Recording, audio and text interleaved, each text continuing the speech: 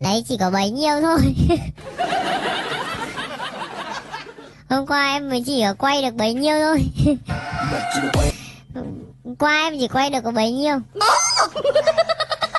Hả?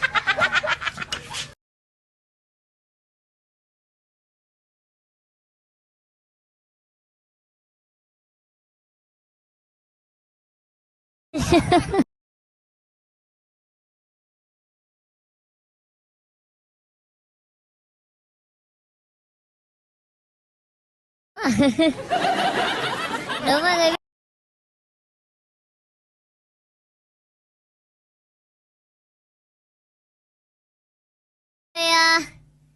Mọi người thử đoán đi.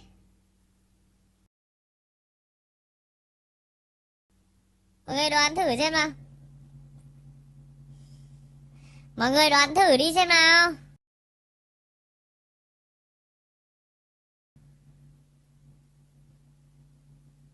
Hâm, vớ vẩn.